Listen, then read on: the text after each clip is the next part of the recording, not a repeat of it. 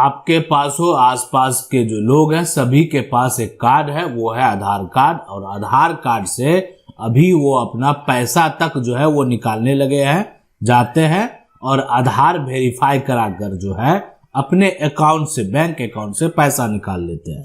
लेकिन आधार कार्ड को लेकर सुप्रीम कोर्ट ने एक ऐतिहासिक फैसला दिया। सुप्रीम कोर्ट के पहले भी फैसले आए हैं आधार कार्ड को लेकर, लेकिन अब यह जो फैसला है काफी बड़ा फैसला है।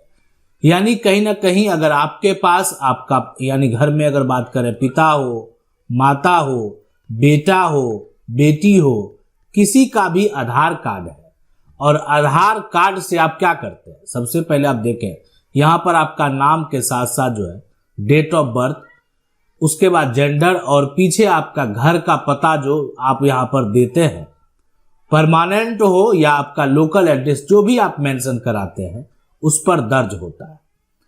अब सुप्रीम कोर्ट का क्या कहना है, मामला क्यों गया सुप्रीम कोर्ट में?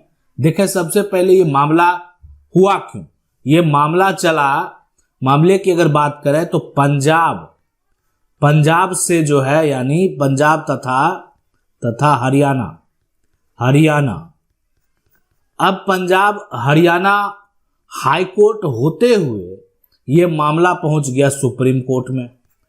सुप्रीम कोर्ट में मामला पहुंच गया।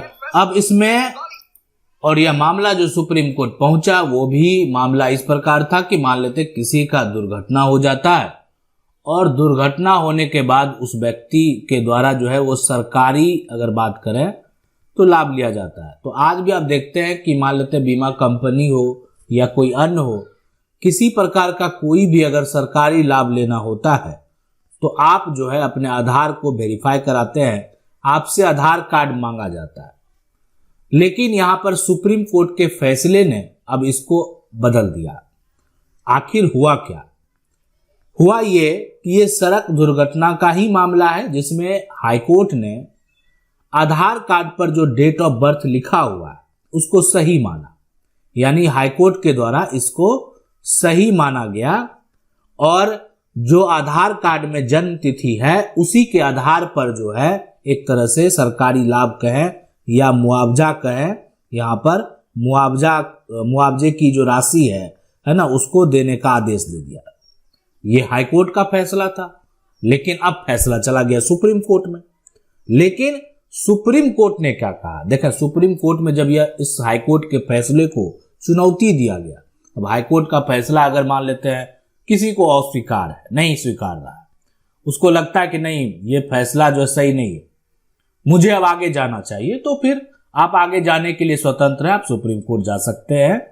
तो सुप्रीम कोर्ट में जब यह एक तरह से चुनौती दिया गया तो सुप्रीम कोर्ट का जो फैसला हुआ उस फैसले में स्पष्ट कर दिया कि देखें आप जो स्कूल जाते हैं, स्कूल से जो SLC दिया जाता है यहाँ पर वही मान्य होगा, वही सर्टिफिकेट के आधार पर उसमें जो जन्म आपका तिथि दर्ज है वही तिथि मान्य होगा, अन्य कोई तिथि मान्य होने वाला नहीं है। इसीलिए इस बात को आप समझ लें कि अब कोई भी व्यक्ति है अगर वो उसकी मृत्यु हो जाती है तो अब उसका अगर एक तरह से वो पढ़ा लिखा है तो उसका जो एक तरह से SLC है उसमें जो जन्म तिथि है वही निर्धारित होनी चाहिए, ऐसा सुप्रीम कोर्ट का जो है कहना है।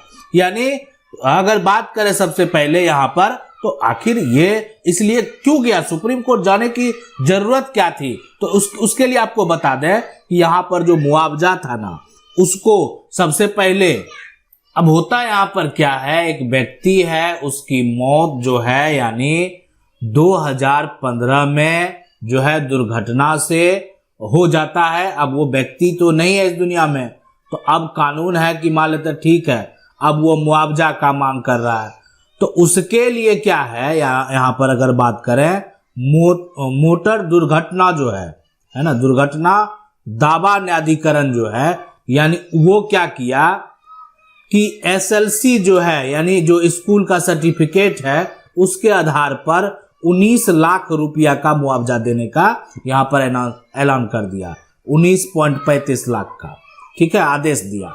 अब आगे क्या हुआ कि यानी अब जो बीमा कंपनी है जिसको पैसा देना है उसके द्वारा क्या किया गया कि हाई कोर्ट में देख लिया कि SLC और आधार कार्ड में उम्र अलग अलग है। तो हाईकोर्ट में फैसला दे दिया, यहां पर हाईकोर्ट में केस फाइल कर दिया, उसका चुनौती दे दिया उसके आदेश को। जो मोटर दुर्घटना दावा जो एक तरह से न्यायाधिकरण है, यहां पर न्यायाधिकरण है, उसके जो आदेश है उसको एक तरह से आप कह सकते हैं उस पर एक तरह से चैलेंज कर दिया, चुनौती दे दिया, दावा कर दिया बीमा कंपनी के द्वारा। अब है बीमा कंपनी के द्वारा दावा किया गया हाईकोर्ट में। तो अब यहां पर दावा यह किया गया आधार कार्ड में इसका उम्र जो है वो अलग है और जो एसएलसी है उसमें अलग है। तो दावा किया गया जब, तो क्या हुआ, सबसे पहले देखें बीमा कंपनी के द्वारा दावा किया गया, चुनौती दी गई, लेकिन जब मामला हाईकोर्ट में गया तो हाईकोर्ट ने क्या किया कि जो आधार कार्ड में उम्र है उसको सही बता दिया और मुआवजा का राशि जो है वो 9 लाख, यहां पर अगर बात करें 22,000 आकर रह गया। यानी पहले 19 लाख जो है 35,000, अब जो है 9,22,000। अब है कि परिजन जो है हाईकोर्ट का इस फैसला से, जो घर परिवार का लोग है, अब वो संतुष्ट है नहीं, उसको लगा कि ये फैसला सही नहीं है। तो क्या हुआ, फिर मामला चला गया सुप्रीम कोर्ट में। जब मामला पहुंचता है सुप्रीम कोर्ट में, यानी फिर पर जो एक तरह से इनके परिजन है, जो मृतक है उसका जो परिजन है, उसके द्वारा फिर चुनौती दिया गया हाईकोर्ट के फैसले को। तब सुप्रीम कोर्ट ने आदेश दिया कि देखें आधार कार्ड में क्या था कि आधार कार्ड में जो व्यक्ति का उम्र है ना, उसमें वो व्यक्ति का उम्र अधिक आ रहा था, आधार कार्ड में अधिक था, और जो एसएलसी है यानी उसमें कम उम्र था। तो क्या होता है, कम उम्र अगर कोई व्यक्ति की दुर्घटना होती है तो उस हिसाब से उसका मुआवजा अधिक हो जाता है। उसमें टर्म एंड कंडीशन बीमा कंपनी के द्वारा लगाया जाता है कि किसी का उम्र 45 वर्ष से कम है, 40 वर्ष से कम है ना, या एक तरह से 45 से अधिक है तो इसको मुआवजा इतना कम हो जाएगा। कोई व्यक्ति की अगर बात करें उम्र जो है 35 साल है तो उसको और अधिक मुआवजा मिलेगा।